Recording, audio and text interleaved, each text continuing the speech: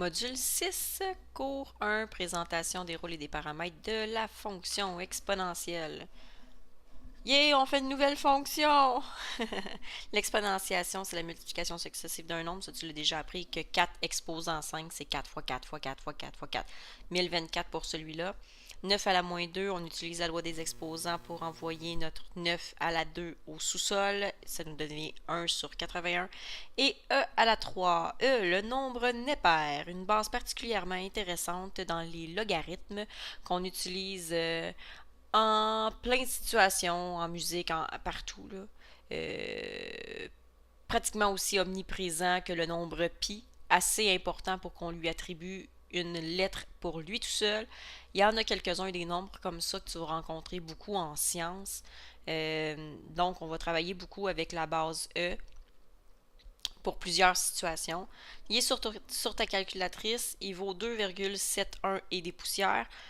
Trouve-le, fais attention, il y a deux E sur ta calculatrice, il y en a un en vert, il y en a un en orange exposant X, c'est le orange qu'on veut, E exposant X.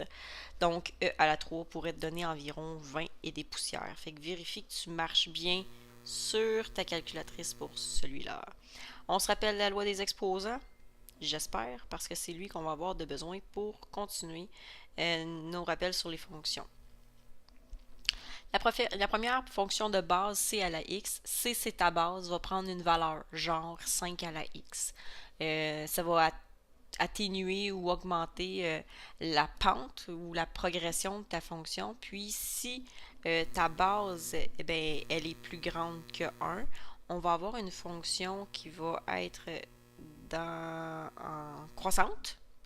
Et si notre C est compris entre 0 et 1, on va plutôt avoir dans ce cas-ci une fonction qui sera décroissante. On ne travaillera pas les bases négatives pour l'instant.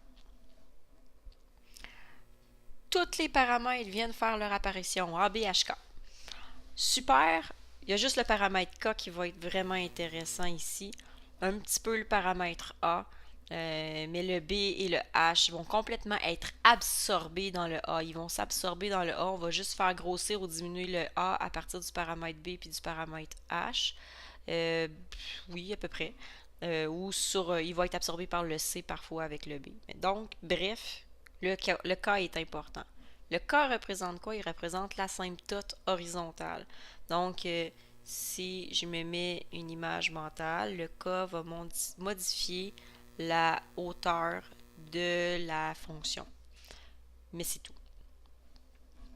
On se rappelle que si notre C est plus grand que 1, on va avoir une fonction qui va être croissante si le A est positif, comme deux conditions à respecter pour avoir une fonction croissante. On va avoir ça qui va ressembler à une fonction qui va monter de même. Le problème, même si je vais manquer de couleur, je vais y aller en vert, tiens. Même si notre C est plus grand que 1, voyons, j'écris tout le temps un A, c'est pas ça que je vais écrire. Si notre C est plus grand que 1, mais que notre A est négatif, on va avoir une réflexion par rapport à l'axe Y égale K, à l'asymptote. Donc, on va avoir quelque chose comme ça.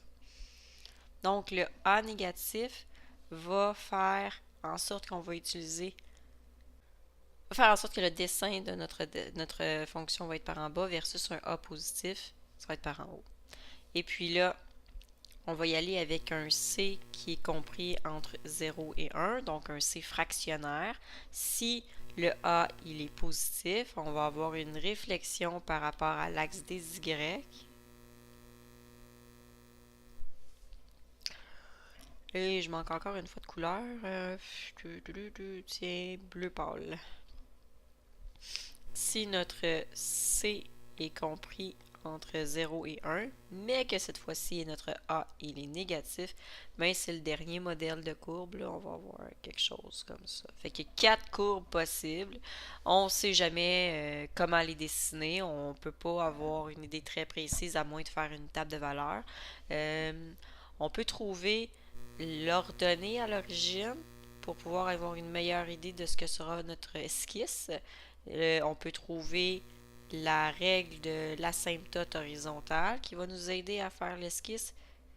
Mais à part ça, peu de choses vont nous aider. Même trouver le zéro de la fonction. Ici, ça va être plus complexe. Donc, le passage de la forme f de x égale a, c, b, h, k avec tous les paramètres finalement. Comment est-ce qu'on peut éliminer certains paramètres pour avoir une fonction simplifiée qui va nous permettre de faire un dessin? Donc, je te donne un exemple. f de x égale 4 fois 3 à la x plus 2 plus 1. Là, ici, ton exposant, là, il y a une addition dans l'exposant. Puis, je sais pas si tu te souviens, là, si on avait 3 à la 2 fois 3 à la 3, on pouvait faire 3 à la 5. Pourquoi? Parce qu'on peut additionner les exposants lorsque la base est identique. Mais si on peut les additionner, on peut les séparer. Mais ici, c'est ce qu'on a. On a une addition d'exposants. Donc, on va pouvoir séparer ça en 3 à la x fois 3 à la 2. L'avantage, c'est qu'on vient de perdre notre paramètre h. 3 à la 2, ça fait 9. 9 fois 4, 36. Fois 3 à la x plus 1. Là, on a une super bonne idée de ce que sera notre fonction plus facilement. Parce que notre c, il est plus grand que 1. Notre a, il est positif. Ah, ben j'ai un modèle de même. Puis notre k sera situé à 1. Fait que si mon x ici, y, ça serait y égale 1. Ça serait notre asymptote horizontale. Fait que j'ai déjà une bonne idée de comment faire mon esquisse.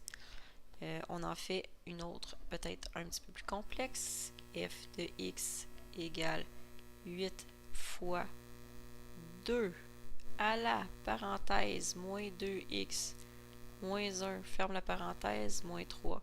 Je referme le même petit tour de passe-passe que tantôt. Je vais faire une base 2 à la moins 2x fois une base 2 à la moins 1. Donc, 2 à la moins 1, c'est 1 sur 2. Je vais réécrire ça.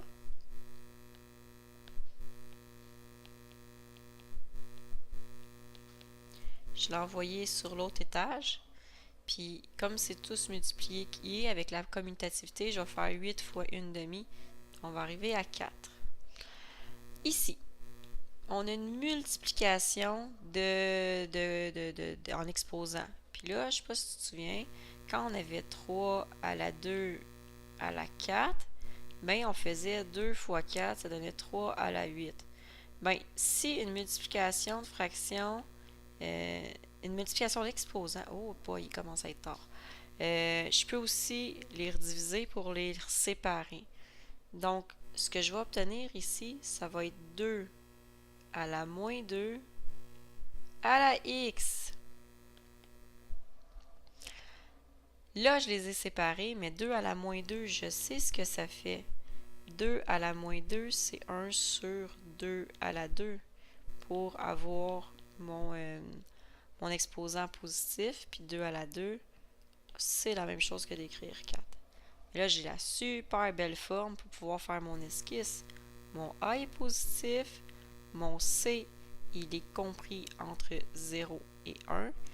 Puis mon K, c'est moins 3. Donc, j'ai dans un esquisse à moins 3 mon asymptote. Mon A est positif, donc je vais être dans le cadran en haut, mais je vais reculer quelque chose comme ça. Et c'est avec ça que tu vas être capable de faire tes esquisses. Le A, c'est une réflexion par l'asymptote. Donc, le A, c'est une réflexion par rapport à l'asymptote. Le C, c'est une réflexion par rapport à l'ordonnée. Et le K, c'est une asymptote horizontale. On va reparler du paramètre B qu'on peut retrouver dans des textes plus tard. Donc, tracer la fonction exponentielle, on commence par tracer l'asymptote, on se demande les paramètres A, C et K, où est-ce qu'ils sont, puis on peut représenter leur données à l'origine par A plus K, et on trace la fonction là. Donc, si je te donne la fonction f de x qui est égale à 3 fois 2 à la x, ben, moins 1. Déjà, A, C, K. Le K est à moins 1. Le C, il est plus grand que 1. Et le A, il est positif. J'ai déjà une super bonne idée de ce que je vais faire comme dessin. Il me reste juste un petit détail, c'est peut-être de trouver l'ordonnée à l'origine, la coordonnée 0 quelque chose. Ben, si je suis à 0, bon, je vais aller me chercher du rouge. Si je suis à 0, 2 à la 0, ça fait 1. 1 fois 3, ça fait 3. 3 moins 1, ça fait 2. Donc, on va être à 2. OK. Je peux aussi déterminer cette valeur-là de 2 d'une autre manière. C'est avec cette petite formule-là qui est A plus K. Ça, ben moins 1 ou plus le K, on va arriver à notre ordonnée à l'origine. Mais juste de réfléchir, si mon X est à 0 est suffisant pour réussir. Tu sais, moi, les trucs, là, j'aime bien comprendre ce que je fais. Traçons l'asymptote à moins 1. Mon A est positif et mon C est plus grand que 1. Je vais passer par le point 0,2. Je peux maintenant tranquillement tracer ma droite. Une dernière, f de x égale moins 2, 1 quart à la x plus 3. ACK, puis le point 0 là, pour avoir mon ordonnée à l'origine. Le A, il est négatif. Le C, je ne vais pas mettre d'égal. Le A, il est négatif. Le C est compris entre 0 et 1.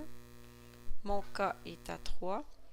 Et mon ordonnée à l'origine, si le X vaut 0, ça veut dire qu'un quart à la 0, ça fait 1. Moins 2 plus 3, on est à 1. Si je veux tracer le graphique de cette situation, je vais avoir besoin d'une asymptote à 3. Mon A est négatif, donc ça va être une fonction qui va s'en aller par en bas. Le C est entre 0 et 1, donc ça va être le contraire de ce que je veux faire. Je sais.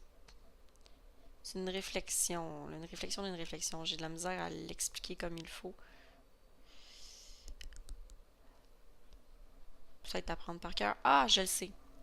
Allons-y avec l'ordonnée à l'origine. Si l'ordonnée à l'origine passe ici, ben, ben oui, c'est sûr que le A est négatif. Puis là, je suis entre 0 et 1. On va avoir une fonction qui va descendre comme ça.